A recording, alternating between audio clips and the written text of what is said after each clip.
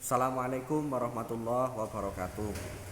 Bismillahirrahmanirrahim. Alhamdulillahirabbil alamin wassalatu wassalamu ala asyrofil anbiya'i wal mursalin sayyidina wa maulana Muhammadin wa ala alihi thahirin wa sahabatihi ajmain.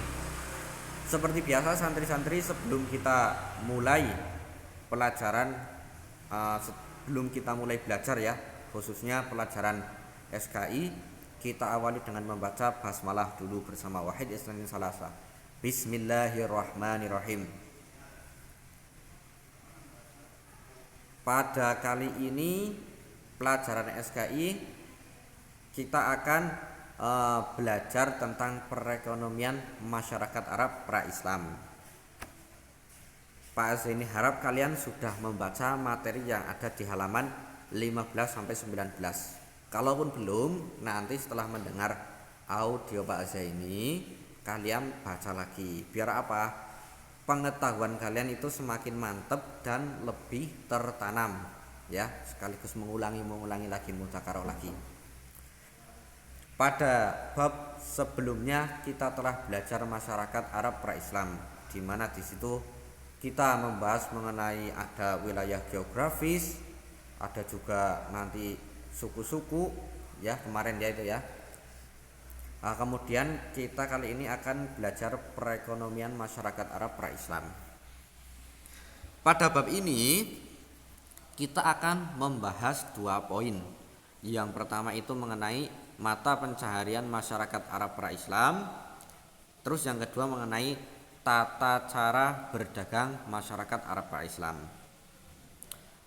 Maksudnya masyarakat Arab pra-Islam itu masyarakat Arab sebelum datangnya Islam.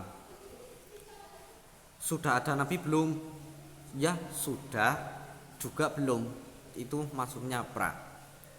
Sebelum Islam kan datang ketika nabi berusia 40 tahun. Itu ya, menerima wahyu yang pertama. Baik sebelum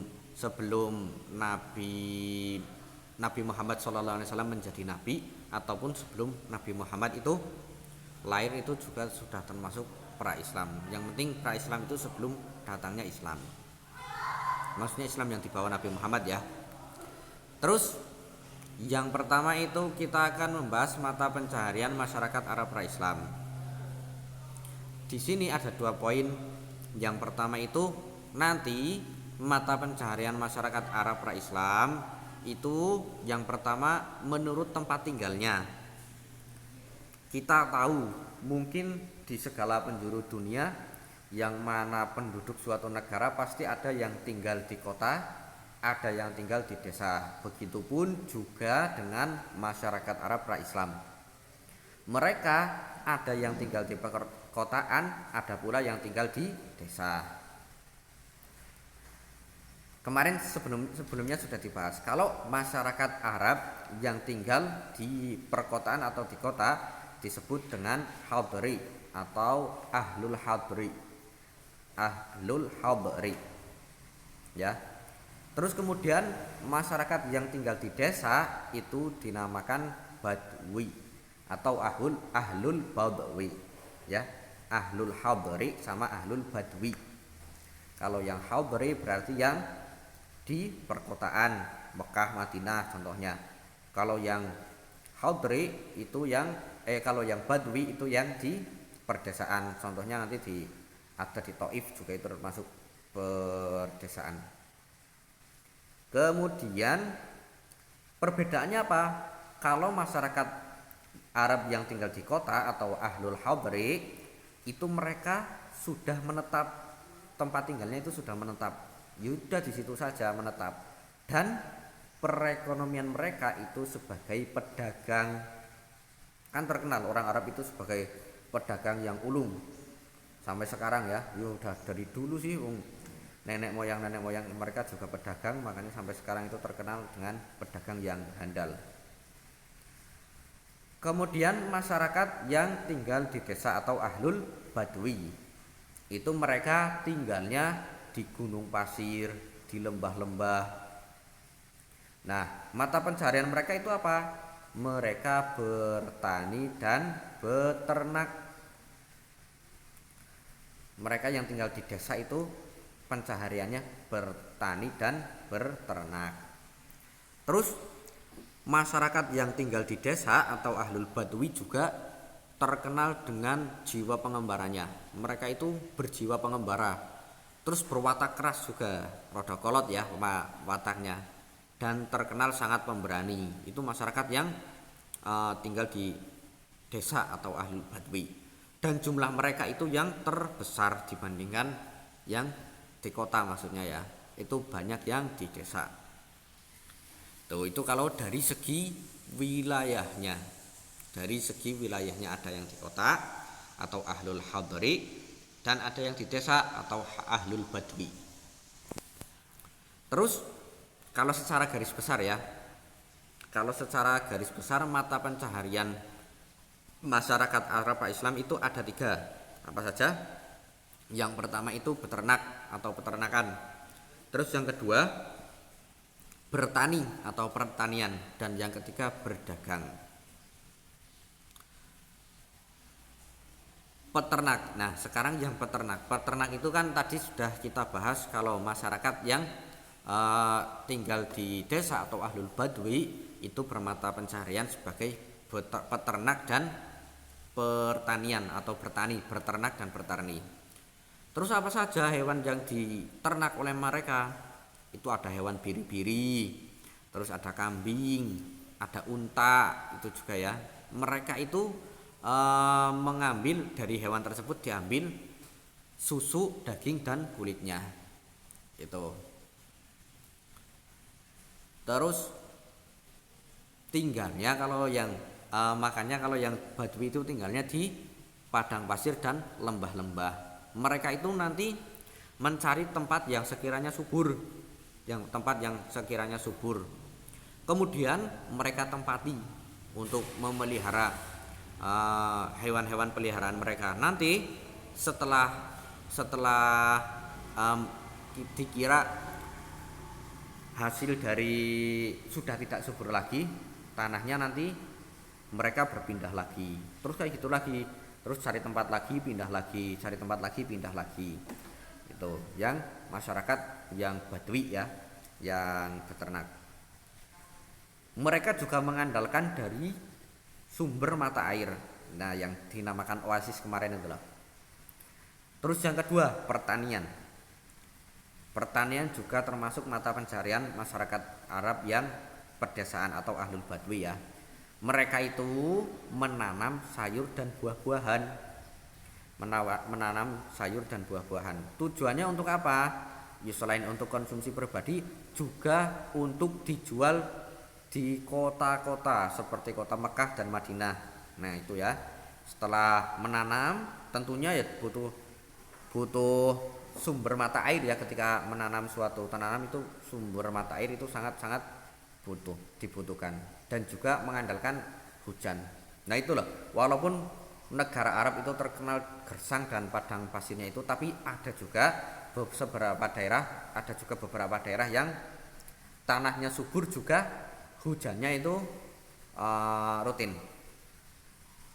Nah, mereka yang bertani itu kebanyakan tinggalnya di Taif. Masih ingat Taif apa enggak? Itu loh yang dulu Nabi itu pernah hijrah ke Taif. Kemudian sama penduduk daerah Taif itu diusir. Itu kan yang Nabi sampai dilempari dengan batu, dengan kotoran, sampai malaikat Jibril itu mau melempar gunung Uhud ke Ahlu Taif di situ. Itu ya. Itu ternyata daerahnya di Taif itu subur dan banyak yang melakukan pertanian di situ. Terus kemudian yang ketiga itu berdagang. Nah, mata pencarian sebagai berdagang ini itu kepanjangan yang melakukannya itu ahlul hadri atau masyarakat kota. Tujuan perdagangan mereka juga selain di wilayah mereka sendiri juga sampai ke Syam di Syria itu ya, sampai ke Yaman, Persia, Habsyi dan Mesir. Itu sudah jauh-jauh perdagangnya. Nah, kemudian yang kedua ini kita akan membahas tata cara berdagang masyarakat Arab pra-Islam. Itu kan tadi yang pertama sudah bermata pencaharian sebagai apa saja, diantaranya ada yang berdagang. Terus sekarang tata cara berdagang masyarakat Arab pra-Islam apa saja? Yang pertama itu bagi hasil, ya. Bagi hasil itu sih gimana? Bagi hasil itu nanti pihak yang pertama atau yang memiliki dagangan terus memberikan modal atau dagangan mereka ke pihak kedua. Nah, pihak kedua ini yang menjalankan perdagangan. Kemudian untungnya itu dibagi dua atau dibagi dengan kesepakatan di antara mereka. Ada yang mungkin sepertiga atau setengahnya atau berapa itu. Nah, ini kan sebenarnya sistem bagi hasil seperti ini sangat membantu bagi si pemodal misalnya ya. Ada orang kaya tapi tidak bisa atau tidak sempat memanfaatkan harta mereka atau tidak berbakat dalam menjalankan suatu pekerjaan, mereka cuma punya uang rok. Lah nanti bisa mengajak kerjasama kepada orang yang berbakat dan memang di bidangnya untuk melakukan kerjasama. Tak modali Rene, tak modali. Kemudian orang yang kedua itu nanti yang menjalankan. Itu kan sama-sama untung. Orang yang pertama itu sudah modal harta lah ya istilahnya, sudah modal uang misalnya. Kemudian orang yang kedua modal tenaga, modal fisik. Itu kan bagus seperti itu. Atau dalam istilah Arabnya atau istilah dalam fikih itu nanti ada namanya akad kirot. Kirot itu bagi hasil. Kalau nggak salah namanya kirot. Kirot ya. Terus yang kedua itu berombongan atau kafilah ini. Jadi mereka itu masyarakat Arab kan berdagangnya jauh-jauh, nggak cuma di situ saja, nggak cuma di sekitar daerah tempat tinggal mereka saja di perkotaan, tapi mereka juga berdagang ke luar-luar daerah. Makanya mereka itu berombongan membentuk kafilah atau membentuk rombongan, sebuah rombongan.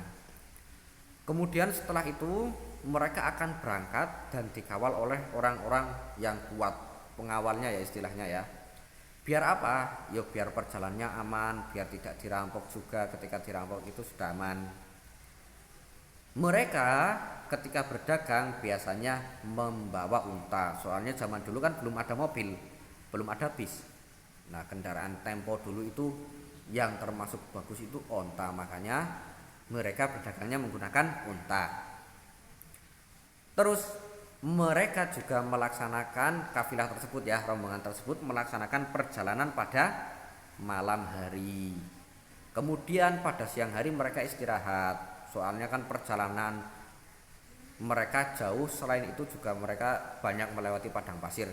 Ketika malam otomatis kan hawanya juga tidak terlalu panas, terik matahari juga tidak ada. Itu kan enak perjalanannya. Kemudian siang hari mereka beristirahat, soalnya terik sih, terik matahari khususnya itu.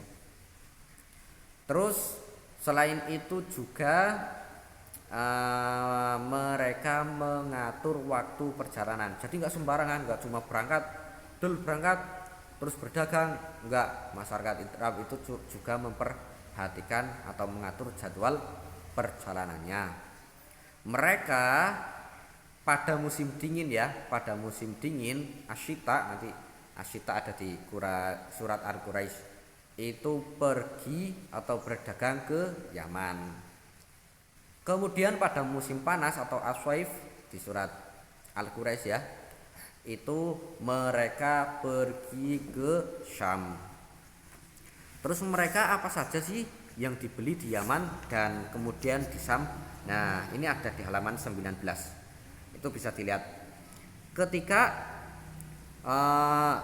mereka dari Yaman ya, mereka kan ke Yaman pada musim dingin, mereka ke Yaman. Mereka itu membeli kemudian membawa seperti minyak wangi, kemenyan, kain sutra, barang logam dan rempah-rempah. Mereka bawa dari Yaman. Kemudian dibawa kemana sih? Dibawa ke Syam, daerah Syam. Karena apa? Barang-barang tersebut itu ya seperti minyak wangi, kemenyan dan lain-lain itu sangat laris ketika di daerah Syam. Kemudian ketika mereka kembali dari daerah Syam, mereka juga membawa barang lain seperti apa bawanya, seperti gandum, minyak zaitun, tekstil. Untuk apa? Dijual di Madinah lagi, ke kota asal mereka Madinah atau Mekah. Seperti itu ya. Berarti nanti dari Yaman membawa barang dijual ke mana tadi, ke Syam. Nah, setelah di Syam habis barangnya, mereka membeli lagi barang-barang yang ada di Syam, kemudian mereka bawa ke Madinah.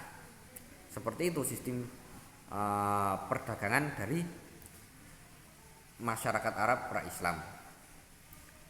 Wah, masyarakat Arab pra-Islam itu kan terkenal sangat ya, sukses pedagang ulung. Tapi mereka menggunakan hartanya itu, kalau masyarakat jahiliyah ya pra-Islam itu untuk foya-foya, untuk judi, untuk lain-lain.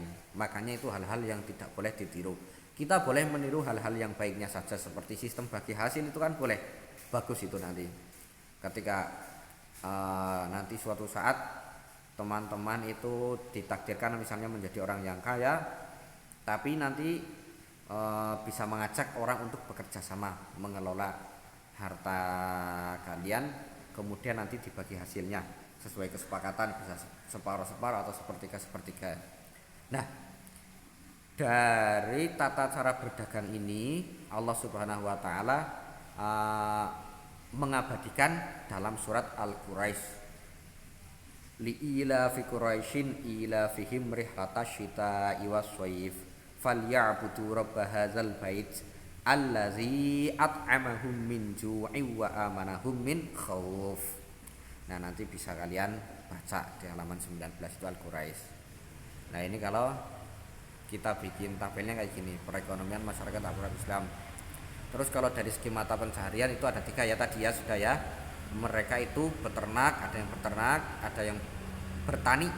Nah, beternak bertani itu ini untuk masyarakat yang ahlul badwi. Kemudian ada yang berdagang untuk masyarakat ahlul hadri atau perkotaan. Terus dari segi bagi hasilnya itu kan tadi ada bagi hasil atau kirot, terus kafilah atau rombongan, dan mengatur waktu perjalanan.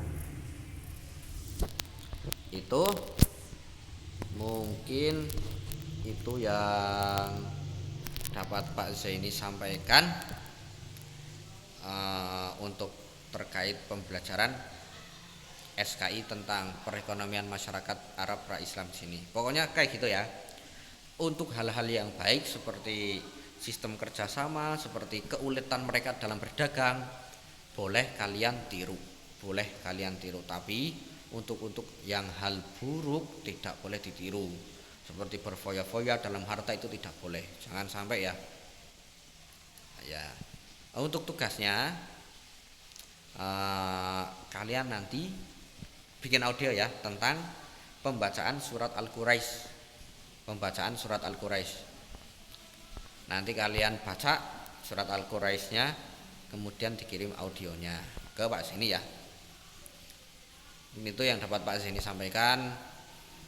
Kurang lebihnya mohon maaf, semoga bermanfaat. Hadanallahu wa iyyakum wal afu minkum. Wassalamualaikum warahmatullahi wabarakatuh.